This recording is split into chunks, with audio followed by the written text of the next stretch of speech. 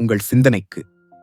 கொலோச்சிய பட்டணத்துக்கு பவுல் எழுதிய கடிதத்தில் 2வது அதிகாரம் 14 மற்றும் 15வது வசனங்கள் மிகவும் முக்கியமானவைகள்.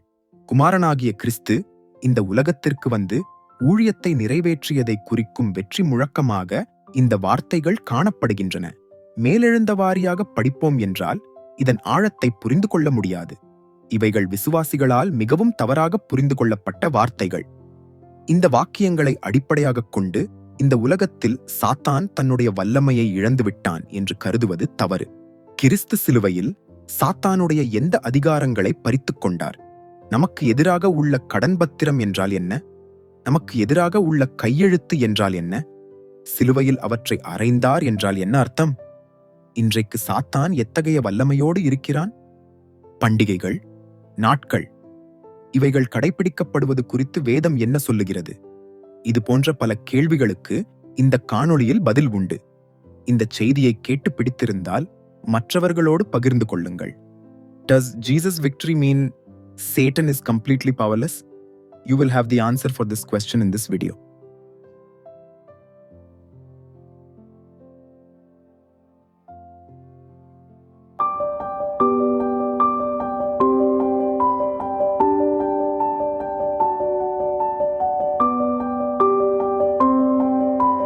ஆண்டவராய் இயேசு கிறிஸ்து நாமத்தில் உங்களுக்கு என்னுடைய அன்பின் வாழ்த்துக்கள்.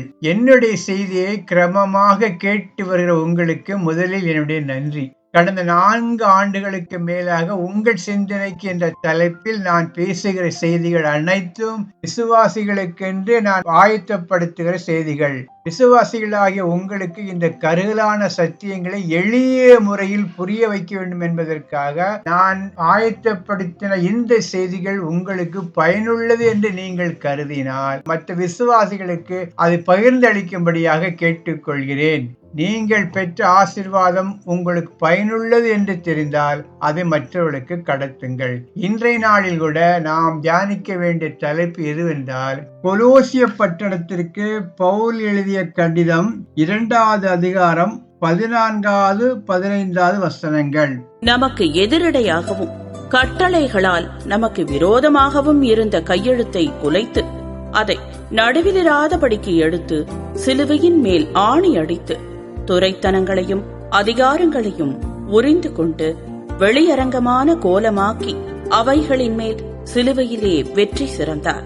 இந்த பகுதி என்பது மிகவும் கடினமான ஒரு வேத பகுதி என்று வில்லியம் பார்க்லே என்கிற வேத பண்டிதர் கூறுகிறார். பவுல் எத்தனையோ கடிதங்களை எழுதினாலும் எத்தனையோ வேத தியானங்களை எழுதியிருந்தாலும் இந்த பகுதி புரிந்து கொள்வதற்கு மிகவும் கடினமான பகுதி என்று சொல்கிறார். ஆனால் அதே வேளையில் மேலெழுந்த வாரியாக பார்த்தால் இந்த பகுதியை எளிதாக புரிந்து கொள்ளலாம் என்று நமக்கு தோன்றுகிறது. ஆனால் அது அப்படியல்ல, மிகவும் ஒரு கடினமான பகுதி என்று இந்த பகுதியை நாம் அடையாளம் கண்டு கொள்ளலாம். இந்த பகுதியை நாம் புரிந்து கொள்வதற்கு முன்பாக ஏன் இந்த கடிதத்தை கொலோசிய பட்டணத்திற்கு பவுல் எழுதினார், எந்த நோக்கத்திற்காக எழுதினார், எந்த ஒரு பயன்பாட்டுக்காக இந்த செய்திகளை அந்த சபைக்கு எழுதினார் என்பதை நாம் முதலில் புரிந்து கொள்ள வேண்டும். அந்த கால கொலோசிய பட்டணத்தில் அன்றைக்கு இருந்த சூழ்நிலைகளை சரியாக புரிந்து கொண்டு அதற்கு இவர் எப்படி பதில் எழுதுகிறார் என்பதை புரிந்து கொண்டால்தான் இந்த வார்த்தைகளுடைய உண்மையான அர்த்தத்தை நாம் புரிந்து கொள்ள முடியும். அப்படி என்றால் நாம் பார்க்கிற கண்ணோட்டத்திற்கும் வேதம் எந்த நோக்கத்திற்காக இது எழுதி வைத்திருக்கிற என்கிற அந்த நோக்கத்திற்கும் மிகப்பெரிய வித்தியாசம் காணப்படும். எனவே இதை முதலில் அடிப்படையாக புரிந்து கொண்டு அதன்படி தியானிக்க வேண்டும். ஏன் இந்த கடிதத்தை பவுல் இந்த சபைக்கு எழுதினார் என்றால், இந்த கொலோசிய பட்டணத்து சபையை பொறுத்த அளவில் மிகவும் வளர்ந்த சபையாக இருந்தாலும் அந்த பட்டணத்தில் 2 வகையான துர் உபதேசங்கள் அந்த சபையை மேற்கொள்ள துடித்துக் கொண்டிருந்தது. ஒரு உபதேசம் என்னவென்றால் நாஸ்டிசம் என்று சொல்லக்கூடிய ஒரு கோட்பாடு. இது அந்த காலங்களில் பெரும்பாலான சபைகளை பாழாக்கி கொண்டிருந்தது. இந்த உபதேசத்தின்படி பார்ப்போம் என்றால் இயேசு கிறிஸ்து நமக்கு போதுமானவர் அல்ல, அதைவிட மேலான சத்தியங்களை அறிந்து கொள்ள வேண்டும். Jesus Christ is not sufficient for salvation. அவர் நம்முடைய பாவ மீட்புக்கென்று அவர் போதுமானவர் அல்ல, அதை காட்டிலும் மேலான காரியங்களை கற்றுக்கொள்ள வேண்டும். தேவனை அறிந்து கொள்வதற்கு ஒரு ரகசிய நாலேஜ் நமக்கு வேண்டும் என்று சொல்லி கிறிஸ்துவின் கோட்பாடுகளை அடிப்படையாக கொண்டிராத பல நவீனமான தந்திரமான உபதேசங்களை கொண்டதுதான் இந்த நாஸ்டிசம் என்று சொல்லக்கூடிய கோட்பாடு. அதுலதான் அஸ்ட்ராலஜியும் வரும். இதை 2:8 பார்த்தா இதை பற்றி நமக்கு சரியாக புரிந்து கொள்ளலாம். 2:8 பார்க்கும் பொழுது, லௌகீக ஞானத்தினாலும் மாயமான தந்திரத்தினாலும் ஒருவனும் உங்களை கொள்ளை கொண்டு போகாதபடிக்கு எச்சரிக்கையாயிருங்கள். அது மனுஷர்களின் பாரம்பரிய நியாயத்தையும் உலக வழிபாடுகளையும் பற்றினதேயல்லாமல் கிறிஸ்துவை பற்றினதல்ல. இன்னொரு மொழிபெயர்ப்பில் இப்படி பார்க்கலாம். எப்படி என்றால், போலியான வீணான ஏமாற்று பேச்சினாலும் உங்களை யாரும் கவர்ந்து கொள்ள விடாதீர்கள். அவைகள் மனித மரபுகளையும் உலகின் பஞ்சபூதங்களையும் சார்ந்தது என்று சொல்கிறார் பவுல். அப்படி என்றால் அஸ்ட்ராலஜியை குறிப்பிட்டு அவர் சொல்கிறார். இதெல்லாம் சேர்ந்துதான் அந்த நாஸ்டிசம் என்ற கொள்கை. அடுத்ததாக இயேசு கிறிஸ்து ஏற்றுக்கொண்ட யூதர்கள் அவர்கள் சொல்கின்ற ஒரு கோட்பாடு, நீங்கள் என்னதான் இயேசு கிறிஸ்து ஏற்றுக்கொண்டு இருந்தாலும் தேவனுடைய பிள்ளைகள் என்பதற்கு அடையாளமாக ஆபிரகாமுக்கு கொடுக்கப்பட்ட அந்த விருத்த சேதனத்தை நீங்கள் பின்பற்ற வேண்டும்.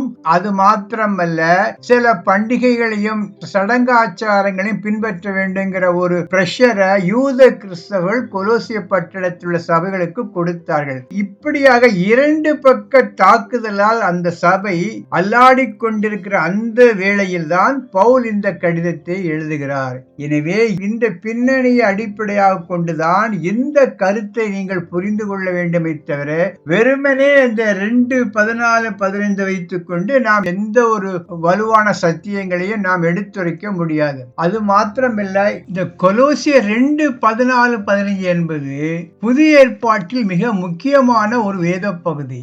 இயேசு கிறிஸ்து எந்த நோக்கத்திற்காக பிதாவினால் அனுப்பப்பட்டாரோ அந்த நோக்கத்தை முடித்து இயேசு கிறிஸ்து வெற்றியை பறைசாற்றுகிற ஒரு வெற்றி முழக்கமாக இந்த வசனத்தை பார்க்கலாம். அந்த அளவுக்கு இந்த 2வது அதிகாரம் 14-15 புதிய ஏற்பாட்டிலுள்ள மிக முக்கியமான வசனமாக கவனிக்கப்படுகிறது. அடுத்ததாக இந்த 2:14-15 சற்று விவரமாக ஆராய்ந்து பார்க்கலாம். நமக்கு எதிரடையாகவும் கட்டளைகளால் நமக்கு விரோதமாகவும் இருந்த கையெழுத்தை குலைத்து அதை நடுவிலிராதபடிக்கு எடுத்து சிலுவையின் மேல் ஆணி அடித்து துரைத்தனங்களையும் அதிகாரங்களையும் உரிந்து கொண்டு வெளியரங்கமான கோலமாக்கி அவைகளின் மேல் சிலுவையிலே வெற்றி சிறந்தார். இந்த வசனம் என்பது இலகு மொழிபெயர்ப்பில் எப்படி மொழியாக்கம் பண்ணப்பட்டுள்ளது என்றால், நமக்கு விரோதமாய் எழுதப்பட்டிருந்த கட்டளைகளை கொண்ட கடன் பத்திரத்தை அவர் நீக்கி சிலுவையில் அறைந்தார் என்று எழுதப்பட்டுள்ளது. கத்தோலிக்க மொழிபெயர்ப்பில் என்ன எழுதப்பட்டிருக்கிறது என்றால், நமக்கு எதிரான ஒப்பந்த விதிகள் பல கொண்ட கடன் பத்திரத்தை அவர் அழித்து விட்டார். NIV டிரான்ஸ்லேஷன் என்ன எழுதப்பட்டிருக்கு என்றால், ரிட்டன் கோட் என்று எழுதப்பட்டுள்ளது. இன்னும் சில மொழிபெயர்ப்புகளில் சார்ஜ் லிஸ்ட் என்று எழுதப்பட்டுள்ளது. ஆண்டவர் எதை சிலுவையில் அறைந்தார் என்பதற்கான பலவிதமான வார்த்தைகள் இவைகள். கடன் பத்திரம் என்று சொல்கிறார்கள், பிரமாணம் என்று சொல்கிறார்கள், ரிட்டன் கோட் என்று சொல்கிறார்கள், சார்ஜ் லிஸ்ட் என்று சொல்கிறார்கள். இதைத்தான் ஆண்டவராய் இயேசு கிறிஸ்து சிலுவையில் அறைந்தார் என்று சொல்லப்பட்டிருக்கிறது. சார்ஜ் லிஸ்ட் என்றால் என்ன, கடன் பத்திரம் என்றால் என்ன என்பதை முதலில் நாம் புரிந்து கொள்ள வேண்டும். அதாவது ஆதாம் ஏவாள் என்றைக்கு கீழ்ப்படியாமையினாலே தேவனால் ஆவிக்குரிய உறவை துண்டிக்கப்பட்டு விட்டார்களோ அன்றையிலிருந்து பிறக்கின்ற எல்லா உயிர்களும் தேவனோடு துண்டிக்கப்பட்ட ஒரு வாழ்வோடு தான் தொடங்குகிறார்கள் அவருடைய வாழ்க்கை. ஒரு மனிதன் பிறக்கும் போது அவன் தேவனோடு தொடர்பில்லாதவனாகத்தான் பிறக்கிறான். இன்னும் சற்று விரிவாக சொல்ல வேண்டும் என்றால், அவன் ஒரு கடன் சுமையோடு பிறக்கிறான். ஆதாம் ஏவாள் செய்த அந்த பாவத்தின் விளைவாக பிறக்கும் போதே கடன் பத்திரத்தோடு பிறக்கிறார்கள். எப்படி ஒரு அரசாங்கம் உலக நாடுகளிலிருந்து கடன் வாங்கும் போது அந்த கடன் சுமையானது அந்த குடிமக்கள் மீது மறைமுகமாக சுமத்தப்படுகிறதோ, அதிகமான கடன் வாங்கினால் அந்த ஒவ்வொரு குடிமகன் மீதும் அந்த கடன் இருக்கிறது என்று சொல்கிறார்களோ, அதே போல நம்முடைய முற்பிதாக்களான ஆதாம் ஏவாள் செய்த பாவத்தின் விளைவாக அந்த பாவ சுமை அந்த கடன் பத்திரத்தோடு ஒவ்வொரு மனிதனும் மனிதனும் பிறக்கிறான். இந்த கடன் பத்திரத்தை ஆண்டவர் சிலுவையில் அறைந்து விட்டார். சார்ஜ் லிஸ்ட் என்று சொல்வார்கள். அப்படி என்றால் அரசாங்கத்தில் பணிபுரிகிற எனக்கு சார்ஜ் லிஸ்ட் என்றால் ஒரு ஊழியன் தவறு செய்யும் போது அவன் என்னென்ன தவறு செய்தான் என்பதை பற்றியுள்ள ஒரு லிஸ்ட் தயார் பண்ணுவாங்க. அதுதான் சார்ஜ் லிஸ்ட் என்று சொல்வார்கள். அது போல மனிதன் பிறக்கும் போது ஒரு சார்ஜ் லிஸ்டோட தான் பிறக்கிறான். இதனால் என்ன ஆச்சுன்னா கடவுளுக்கு அவனுக்குள்ள ஒரு துண்டிக்கப்படுகிறது. ஆண்டவர் இந்த சார்ஜ் லிஸ்ட அகற்றுகிறார். வைப் அவுட் என்றால் என்ன என்று பார்க்கும் பொழுது பழைய ஏற்பாட்டுல அவங்க இந்த தோல் சுருளை எழுதும் போது ஒரு இங்கு வச்சு எழுதுவாங்களாம். அப்படி தவறுல எழுதிவிட்டா அதை அழிப்பதற்காக ஒரு ஸ்பாஞ்சமா வச்சு அதை துடைக்கும் போது அந்த பழைய எழுத்து அப்படியே அழிஞ்சு போகுமா. அதுதான் வைப் அவுட்டா. அதே மாதிரி நமக்கு எதிராக உள்ள அத்தனை குற்றச்சாட்டுகளையும் எப்படி அந்த ஸ்பாஞ்சை அழிக்கிற மாதிரி இயேசு ரத்தத்தாலே கழுவி நமக்கு ஒரு புதிய ஒரு வாழ்வை தருகிறார். நம்முடைய குற்றச்சாட்டுகள்லாம் நீக்கி போட்டு தேவனோடு மறுபடியுமான வாழக்கூடிய ஒரு வாய்ப்பை தேவன் கொடுக்கிறார். இதுதான் இந்த இடத்துல குற்றச்சாட்டுகளை நீக்கி இந்த சிலுவையில் அறைந்தால் நமக்கு விரோதமாக காணப்படுகின்ற, அதாவது நமக்கு எதிரடையாகவும் கட்டளைகளால் நமக்கு விரோதமாக இருந்த கையெழுத்து ரிட்டன் கோட் தான். இதை ஆண்டவர் சிலுவையில் அறைந்தார். அவர் சிலுவையில் அறையும் போது இதை சேர்த்து அறையப்பட்டு விட்டது. இதனுடைய தாக்கம் என்ன என்று பார்க்கும் பொழுது முக்கியமான கருத்து தான். ஒரு மனிதன் பிறக்கும் போது இந்த பாவ சுமையோடு இந்த கடன் பத்திரத்தோடு பிறக்கிறபடினாலே அவன் ஆண்டவர் ஏற்றுக்கொள்ளும் பொழுது அந்த கடன் பத்திரத்தை ஆண்டவர் நீக்கிவிட்டு அந்த மனிதனை தன்னோடு இணைத்துக் கொள்கிறார். அவனுக்கு ஒரு மறுபிறப்பின் வாழ்வை கொடுத்து அவன் தேவனோடு இணைக்கப்படுகிறான். அந்த கடன் பத்திரத்தினுடைய தாக்கம் அவனிடத்தில் காணப்படாது. இந்த கடன் பத்திரம் இருக்கும் வரைக்கும் பிசாசு அவனை குற்றம் சுமத்தி கொண்டே இருப்பான். எப்படி என்றால் ஆதாம் ஏவாளுடைய அந்த தாக்கம் இருந்து கொண்டே இருக்கும். பிறக்கிற மனிதன் பாவத்தின் பிள்ளைகளாக பிறக்கிறபடினாலே அந்த குழந்தைகள் அந்த சந்ததி பிசாசின் ஆளுகைக்கு உட்பட்டிருக்கிறபடினாலே அவர்கள் மீது இவனுக்கு ஒரு ஆதிக்கம் இருந்து கொண்டே இருக்கும், குற்றம் சுமந்து கொண்டே இருக்கும். ஆனால் இயேசு கிறிஸ்து சிலுவை மரணம் அந்த குற்றச்சாட்டை அழித்து விட்டபடினாலே சாத்தானுக்கு மீட்டெடுக்கப்பட்ட பிள்ளைகள் மீது குற்றம் சுமத்த முடியாது. He cannot condemn us. நம்மை அவனுக்கு குற்றம் சுமத்த முடியாது. அந்த அதிகாரத்தை தான் இயேசு கிறிஸ்து பிசாசிடமிருந்து எடுத்துக் கொள்கிறார். நம்மை குற்றம் சுமத்துகிற மிகப்பெரிய சாத்தானுடைய ஆயுதத்தை அவனிடமிருந்து தேவன் பிடுங்கிக் கொள்கிறார். ஏனால் அவன் தான் இரவும் பகலும் நம்மேல் குற்றம் சுமத்தி கொண்டே இருப்பான். ரட்சிக்கப்படுவதற்கு முன்பு உள்ள பழைய குற்றங்களையும் சுட்டி காட்டுவான். ரட்சிக்கப்பட்ட பிறகு நாம் செய்கிற காரியங்களையும் சுட்டி காட்டுவான். ரட்சிக்கப்படுவதற்கு முன்பாக உள்ள குற்றச்சாட்டுகளை தேவன் சிலுவையில் அறைந்து விட்டார். ரட்சிக்கப்பட்ட பிறகு உள்ள குற்றங்களை ஆண்டவராய் இயேசு கிறிஸ்து நமக்கு மத்தியஸ்தராய் இருக்கிறபடியினாலே அந்த காரியத்தை செய்ய முடியாது. சுருக்கமாக சொல்ல வேண்டும் என்றால் இந்த குற்றம் சாட்டுகிற இந்த உரிமையை பிசாசிடமிருந்து தேவன் எடுத்துக்கொண்டார். இதுதான் இந்த இடத்துல கான்டெக்சுவலா புரிந்து கொள்ளக்கூடிய காரியம். கட்டளைகளாலும் பிரமாணங்களாலும் நமக்கு விரோதமாக இருந்தால் என்னத்தான்? நாம் பிறக்கும் போதே ஒரு பாவ சுமையோடு ஒரு கடன் பத்திரத்தோடு பிறக்கிறோம். அந்த கடன் பத்திரத்தை நீக்கி நமக்கு தெளிவாக தேவனோடு இணைக்கக்கூடிய வாய்ப்பை அவருடைய சிலுவை மரணம் நமக்கு உண்டு பண்ணியது. அடுத்ததாக ஒரு காரியம் என்னன்னா, இந்த சிலுவை மரணத்துல பிசாசிடம் இருந்து இன்னொரு அதிகாரத்தையும் தேவன் கைப்பற்றுகிறார். அது எதுவென்றால் மரணம். மரணத்துக்கு அதிபதியா இருக்கிற பிசாசாரனை தம்முடைய மரணத்தினாலே ஜெயித்தார் என்று எபிரேயர் 2:14 பார்க்கலாம். ஆதலால் பிள்ளைகள் மாம்சத்தையும் இரத்தத்தையும் உடையவர்களாயிருக்க அவரும் அவர்களைப் போல மாம்சத்தையும் இரத்தத்தையும் உடையவரானார். மரணத்துக்கு அதிகாரியாகிய பிசாசானவனை தமது மரணத்தினாலே அழிக்கும்படிக்கும். எப்படி என்றால் மரணத்துக்கு அதிகாரியான பிசாசானவனை தம்முடைய மரணத்தினாலே ஜெயித்தார். அந்த மரணத்தின் மீது அவன் தான் அதிகாரியா இருந்தான். எப்படி என்றால் 3 வகையான மரணங்கள் உண்டு. ஒன்று சரீர பிரகாரமான மரணம், ஆவிக்குரிய மரணம், நித்திய மரணம். Spiritual death, physical death, eternal death. ஒரு மனிதன் ஆண்டவரை ஏற்றுக்கொள்ளாமல் இருக்கும் பொழுது அவனுக்கு முதல்ல ஆவிக்குரிய மரணம் ஏற்படுகிறது. அதற்கு பிறகு சரீர மரணம் ஏற்படுகிறது. இறுதியாக 2வது மரணமாகிய அக்கினி கடலில் தள்ளப்படுகிறார். இந்த 3ம் ஆண்டவரை ஏற்றுக்கொள்ளாத மக்களுக்கு நடைபெறக்கூடிய காரியம். இதுதான் பிசாசுக்குள்ள அவனுக்குள்ள அதிகாரம். ஆனால் ஒரு மனிதன் ஆண்டவர் ஏற்றுக்கொள்ளும் பொழுது அவன் வாழ்க்கையில் நடக்கக்கூடிய காரியம் என்னென்றால், ஒன்று அவனுக்கு பிறக்கும் போது ஆவிக்குள்ளாக மரித்து பிறந்தாலும் அவன் மறுபிறப்படைந்து புதிய வாழ்க்கை பெற்றுக் கொள்கிறான். அதன் நிமித்தம் அவன் இந்த உலகத்தில் மரித்தாலும் ஆண்டவர் 2வது தடவை இந்த உலகத்துக்கு வரும் பொழுது அவன் உயிர்ப்பிக்கப்பட்டு மறுரூபமாக்கப்பட்டு நித்தியமாக ஆண்டவரோடு வாழ்கிறான். அப்படி என்றால் இந்த மரணத்தை பற்றியுள்ள தாக்கம், பிசாசு ஆதிக்கம் விசுவாசிகள் மீது வராது. இதுதான் மரணத்துக்கு அதிபதியானவனை ஜெயித்த காரியம் நமக்கு அப்ளிகபிளாகிறது. இந்த 2 காரியத்தை தான் ஆண்டவராய் இயேசு கிறிஸ்து சிலுவையில் செய்தார். ஒன்று, நம்மை குற்றம் சாட்டுகிற காரியத்திலிருந்து நம்மை நீக்கினார். அந்த அதிகாரத்தை பிசாசிலிருந்து பிடுங்கிக் கொண்டார். மரணத்துக்குள்ள அதிகாரத்தையும் பிசாசிடமிருந்து தேவன் பிடுங்கிக் கொண்டார். இது எல்லாம் ஆண்டவரை ஏற்றுக்கொண்ட மக்களுக்கு மட்டும் பொருந்தும். இன்னொரு கேள்வி வரும், அப்படி என்றால் இன்றைக்கு பிசாசனுடைய நிலைமை என்ன? அவன் பலமில்லாதவனாக காணப்படுகின்றானா அல்லது பலம் உள்ளவனாக காணப்படுகின்றானா? இந்த கேள்விக்கு வேதத்திலிருந்து நாம் பதிலை பெற்றுக் கொள்ளலாம்.